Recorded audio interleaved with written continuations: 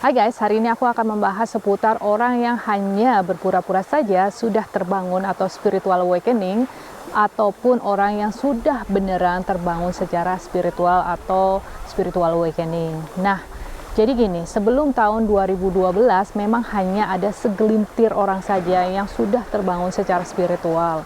Hal ini disebabkan karena bumi kita sendiri masih berada di 3 dimensi secara energetically, atau energinya itu masih berada di sana ya, masih di duality banget. Tapi setelah tahun 2012 kita sudah naik, vibrasi bumi kita sudah naik ke 4 dimensi, di mana segala sesuatunya itu lebih cepat terjadi, lebih kondusif, lebih harmonis. Walaupun akan banyak sekali katalis yang terjadi. Jadi sebelum terjadi order itu kan harus chaos dulu, istilahnya seperti itu. Nah, itu artinya setelah tahun 2012 manusianya itu dengan lebih mudah akan terbangun secara spiritual. Makanya ada yang namanya mass awakening kayak gitu kan, atau kebangkitan bersama, istilahnya seperti itu ya. Itu karena buminya sudah bangkit duluan, jadi kayak ngeboost kayak gitu ya, yang berada di dalamnya itu ikut ke booster untuk berada di level yang sama. Tapi sayangnya banyak sekali yang hanya fake spiritual awakening alias ngaku-ngaku aja. Nah, hal ini dilakukan dengan tujuan-tujuan tertentu. Bisa jadi untuk popularitas, untuk posisi-posisi tertentu di dalam kehidupan atau di dalam struktur masyarakat, atau juga untuk kepentingan uang saja. Dan bisa juga untuk kekuatan ya, atau power. You're listening kuncihidup.com, where you'll find the keys to life. Orang yang beneran sudah terbangun secara spiritual, biasanya mereka tahu bahwa ada banyak jalan yang bisa dipilih. Jadi banyak sekali pintu. Istilahnya kalau misalnya satu pintu ditutup, dia sudah tahu bahwa itu bukan pintu yang terbaik buat dia untuk dilewati, dan dia sudah tahu juga bahwa nanti akan dibukakan pintu yang terbaik untuknya. Dan begitu juga seterusnya. Jadi istilahnya buat orang yang beneran sudah terbangun secara spiritual, nggak ada istilahnya kayak, oh dia tuh ngerebut market, kayak gitu, nggak ada ya. Karena dia udah aware sama segala sesuatunya, itu kan energi base. Jadi nggak ada lah istilahnya merasa kekurangan. Itu kan fear of scarcity, atau tidak cukup untuk dibagikan. Jadi harus buru-buru, harus rebutan kayak gitu. Nah, tapi kalau yang beneran spiritual awakening, dia nggak akan mikir seperti itu, karena the world is abundant ya. Jadi di dalam bumi ini itu abundan sekali ya. Ibaratnya kita menanam satu benih, nanti dia akan kembali ribuan benih. Terus kalau misalnya kita yang ngomongin rebutan market ini, biasanya kan kalau ngomongin bisnis ya, kalau misalnya marketnya orang Indonesia itu loh jutaan ya, banyak sekali ya, sekitar 250.000 juta. Oh my god, istilahnya cuma ngambil market 10.000 aja itu udah cukup istilahnya untuk satu orang. Jadi ngapain sih harus mikir seperti itu. Yang kedua itu, mereka tidak perlu bermewah-mewah atau berlebihan atau pretentious air, atau istilahnya itu sok-sokan. Nah, biasanya kalau yang pura-pura awakening itu segalanya itu harus heboh, wah-wahan. Gaya bicaranya juga harus kayak look at me, lihat gue, banyak sekali validasi, keinginan untuk divalidasikan. Terus berdandanya itu juga lebay kayak gitu ya, berlebihan. Misalnya nih, aku banyak juga ngeliat itu yang sebenarnya bukan lahir dan dibesarkan dari India, tapi biar dibilang guru, dia harus dandananya itu ala-ala kayak guru yang di India gitu ya, dress ala India seperti itu. Atau mungkin menggunakan jas, itu juga banyak sekali ya, yang misalnya biasanya sih untuk uang ya, kayak ingin cepat kaya secepatnya, terus dia harus foto di depan mobil mewah padahal sewa, atau private jet padahal juga nyewa juga, tapi ngomongnya punya dia, dan lain sebagainya. Pokoknya intinya yang fake itu dia harus berlebihan untuk menunjukkan siapa dirinya. Berdandanya itu berlebihan, menggunakan, apalagi kalau spiritual teacher itu ya harus menggunakan gaun-gaun tertentu yang menunjukkan bahwa ini loh aku spiritual. Padahal yang beneran spiritual itu biasanya biasa-biasa aja, dan dia nggak ada keinginan untuk menunjukkan sesuatu. Walaupun kebanyakan dari mereka lebih suka menggunakan pakaian yang itu-itu aja, dan biasanya aware sama warna ya. Biasanya mereka memilih warna itu nggak jauh-jauh dari warna putih. Yang ketiga, orang yang beneran sudah spiritual awakening, mereka tuh menyadari bahwa semua orang itu perjalanannya kan beda-beda, levelnya beda-beda. Istilahnya kalau anak kecil itu ya ada yang anak TK, anak SD, anak SMP, anak SMA. Begitu juga dalam perjalanan menuju ke enlightenment ini ya. Jadi kan beda-beda levelnya. Bukan bermaksud untuk merendahkan juga ya, tapi memang begitu adanya. Nah, terus yang kedua, mereka itu lebih ke arahnya untuk mengajarkan sesuatu itu ke arah cinta, karena memang kita semua kan dari cinta kan, bahan dasarnya kita kan cinta. Jadi banyak orang yang suka gini, aku pengen mencari jati diriku itu seperti apa, aku pengen melihat pathku itu seperti apa. Intinya sebenarnya gini, nggak usah dicari, kamu udah menjadi hal itu, kamu udah memang itu dirimu yang autentik ya, itu memang itu sudah ada kayak gitu kan. Kitanya aja yang lupa, kitanya aja yang pakai fasad itu kayak topeng ya, atau sesuatu yang ditanamkan dari orang sekitar kita. Nah intinya gini, balik ke fitrahmu itu maksudnya apa? Fitrah kita itu kan energi cinta. Energi cinta itu kan berarti kita ya memang terbuat dari bahan dasarnya, itu bahan bakunya kan cinta ya, unconditional love. Cinta yang aku maksudkan bukan ketertarikan antara beda jenis atau romantis kayak gitu ya, kayak di film-film Hollywood itu.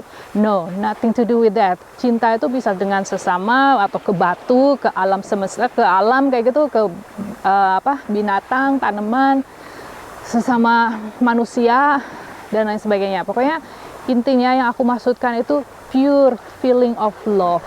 Nah anyway, balik lagi ke orang yang beneran spiritual awakening, mereka akan mengajarkan kita semua untuk kembali ke fitrah kita, bahwa kita adalah makhluk cinta, unconditional love. Itu artinya kita hanya butuh mengingat-ingat siapa diri kita sebenarnya. Dari sana kita akan membebaskan diri kita. Jadi intinya ajarannya itu biasanya seputar cinta sama freedom ya, around that area. Terus dia juga karena itu tadi, dia sadar bahwa semua orang memiliki jalan yang berbeda-beda, journey-nya beda-beda, dia tidak akan pernah memaksakan. Terus dia juga istilahnya ya terserah mau belajar dari mana aja, yang penting ujung-ujungnya kamu akan level up gitu kan, menaikkan level kesadaranmu itu. Nah sedangkan yang fake itu biasanya dia merasa dirinya paling benar, merasa dirinya paling bagus, atau bahkan mungkin merasa kayak aku duluan. Lebih jatuhnya ke spiritual narsistik ya, atau egonya itu besar sekali. Jadi kayak merasa aku udah awakening, kamu belum, kamu di bawahku, anak kecil, nggak tahu apa-apa seperti itu. Dan dalam pengajarannya pun itu saklek sekali, harus begini, harus begitu. Ajaran yang lain sesat. Ajaran yang paling benar tuh ini, pokoknya harus begini, harus begini. Nah, itu ciri-ciri yang fake. Nah, yang nomor 4, yang beneran sudah spiritual awakening, biasanya mereka sabar dan tenang. Mereka mengerti arti kesabaran dan arti ketenangan, karena mereka sudah melatih diri sendiri kan, diri mereka sendiri untuk bersabar dan menjadi tenang. Jadi mereka punya prinsip seperti ini. Ketika kita melihat ke dalam air ya, misalnya kayak sungai atau laut di belakangku ini, ketika airnya keruh, digoyang, banyak angin, banyak diobok-obok istilahnya, atau dilempar batu, itu kan keruh. Nah, ketika kita keruh, kita nggak bisa ngelihat di dalamnya kan ada apa. Kita nggak bisa ngelihat ikan-ikannya, atau mungkin bahaya yang ada di sana, atau apapun itu, yang pasti itu keruh. Sedangkan kalau airnya tenang, kayak gelas itu ya, pokoknya nggak bergelombang, pokoknya tenang, kita pasti bisa melihat secara jelas apa yang ada di dalamnya kan. Nah, hal ini juga diterapkan di dalam kehidupan sehari-hari. Kalau kita gerusa-gerusu, kemerungsung, banyak pikiran, terengah-engah, terus kacau, marah-marah, terlalu bersemangat kayak gitu, biasanya kita akan kelewatan segala sesuatunya, ada yang sembrono kalau orang Jawa bilang. Bahasa Indonesianya apa? Pokoknya intinya nggak teliti, nggak benar lah ya. Banyak yang tidak terlihat seperti air keruh itu, banyak yang kita tidak bisa lihat, visibility-nya itu menjadi berkurang, istilahnya seperti itu. Yang nomor 5, biasanya mereka itu sangat rendah hati dan murah hati. Rendah hati di sini tahu lah ya teman-teman ya, jadi ya nggak sombong, jadi dia lebih ke service. Jadi menurut Ra dari bukunya The Law of One, ada 2 cara untuk naik level kesadarannya. Yang pertama itu adalah service to self. Service to self itu kan memberikan pelayanan terhadap diri sendiri. Jadi buat dia, siapapun dia, misalnya aku aja ya, buat aku yang memilih nomor 1 itu, semua orang di sekitarku itu adalah objek atau sesuatu yang bisa aku gunakan, aku manipulasikan untuk diriku bisa naik level. Jadi apapun yang aku lakukan terhadap mereka itu hanya untuk kepentinganku sendiri. Intinya aku segimana mungkin menjadi lebih kaya dan powerful, dan aku yang akan ngontrol mereka semua. Misalnya karbon. Aku melihat mereka sebagai karbon yang harus diatur gitu kan. Ada yang perlu dieliminasi nih, yang ini boleh, yang ras ini oke, yang itu dihilangkan dan lain sebagainya. Nah, aku ngerti di mata orang lain atau yang tidak menganut sejalan atau jalannya beda ya, atau ngambil jalan yang kedua, nanti aku jelasin jalanku ini yang kedua. Nah, di mata orang itu dia yang memilih jalan yang pertama, service to self atau melayani diri sendiri, itu kayaknya evil banget atau jahat sekali. Padahal sebenarnya kalau dianya sendiri yang menjalani, ya enggak sih, karena dia kan sama tujuannya sama kita kan pengen menjadi enlightenment being, pengen naik level kesadarannya. Cuma cara yang diambil adalah cara seperti itu. Dan cara ini juga bagus sebenarnya untuk makhluk yang lain, karena makhluk yang lain jadi bisa mendapatkan sebuah pelajaran juga kan dari beliau ya. Jadi saat ini aku melihat segala sesuatunya seperti it is what it is. Aku nggak pernah melihatnya sebagai ih kok jahat banget ya kayak tiga-tiganya yang kayak gitu. Enggak, ya bagus gitu, karena banyak orang yang butuh belajar. Siapa yang mau ngasih pelajaran kalau bukan seseorang yang memiliki pemikiran seperti itu ya. Aku sendiri aku nggak tega ya untuk memberikan pelajaran yang setega itu, aku nggak mampu. Anyway, nah yang kedua itu adalah service to others. Nah, service to others ini adalah jalur yang aku pilih. Jadi kita akan memberikan pelayanan kepada orang lain. Berapa persen? 56% aja. Jadi nggak 100% ya. Kalau misalnya ada sih orang yang mendedikasikan dirinya 100% untuk diberikan kepada orang lain. That's okay, good. Nanti naik levelnya bakal cepet ya. Kayak para monk itu kan juga melakukan hal itu ya. Mereka kayaknya hampir 100% hanya dedikasikan untuk berdoa untuk orang lain, memberikan pelayanan kepada orang lain.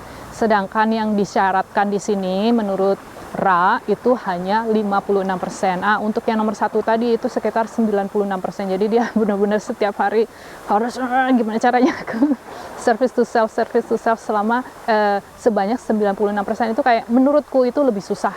Jadi kita hargai aja orang-orang yang memilih jalur itu, karena itu susah sekali ya. Sedangkan service to others seperti yang aku lakukan, memberikan pelayanan kepada orang lain, itu hanya 56%. It's easy guys. Setiap hari kita random active of kindness saja udah bagus. Atau kita memberikan bantuan secara nasihat, waktu, memberikan makanan kepada orang lain. Nggak harus yang gede-gede kok, nggak harus selalu berupa uang atau tenaga ya. Banyak hal. Anyway, dengan begitu jalan itu, kalau teman-teman memilih jalan yang itu, maka kita akan naik juga level. Nah, yang terakhir itu atau yang nomor 6, bahwa orang yang beneran sudah terbangun secara spiritual, mereka itu sadar bahwa segala sesuatunya itu kan energi. Otomatis lifestyle mereka akan berubah disesuaikan dengan seputar energi. Yang aku maksudkan di sini adalah, jadi gini, banyak orang yang bilang, enggak juga orang yang spiritual awakening itu bisa kok mabok-mabokan, bisa kok dugem kayak gitu kan. Alright. Secara energi, kalau kita pergi ke tempat seperti itu ya, itu satu, tidak bersih energi di sekitar situ kan, apalagi gelap dan terang ya. Di antara gelap dan terang itu kan bukan tempat yang tepat untuk kita hangout, istilahnya seperti itu. Karena tahu sendiri lah ya, banyak sekali makhluk yang tidak bisa kita lihat yang lebih menyukai berada di daerah tersebut. Biasanya mereka memiliki vibrasi atau getaran yang sangat rendah. Itu satu. Kedua, ketika kita minum minuman keras, mabuk-mabukan, itu secara hitung-hitungannya aja ya. Jadi ada kayak dokter, aku lupa namanya, tapi dia ngitung semua makanan itu pakai alat kayak gitu, alat dihitung. Oh, kalau makanan yang fresh food itu biasanya ada plus 25 Hz lah atau bagaimana kayak gitu. Kalau makanan kalengan biasanya 0, terus junk food kayak gitu, makanan olahan itu semakin banyak proses olahannya malah minus kayak gitu. Nah, minuman keras itu termasuk minus, rokok itu minus 15 kalau nggak salah, hampir sama seperti kopi. Kopi itu minus 6 atau bagaimana. Anyways, essential oil itu plus dan lain sebagainya. Jadi yang aku maksudkan di sini adalah kalau orang yang beneran spiritual awakening, mereka akan memilih satu, makanannya itu sudah pasti yang hidup ya, karena itu energinya lebih banyak kan, plus. Minuman keras, no way. Kalaupun mereka ambil karena balance dong, kita harus balance ya, masih harus menikmati hidup kan, masih jadi manusia juga, sure.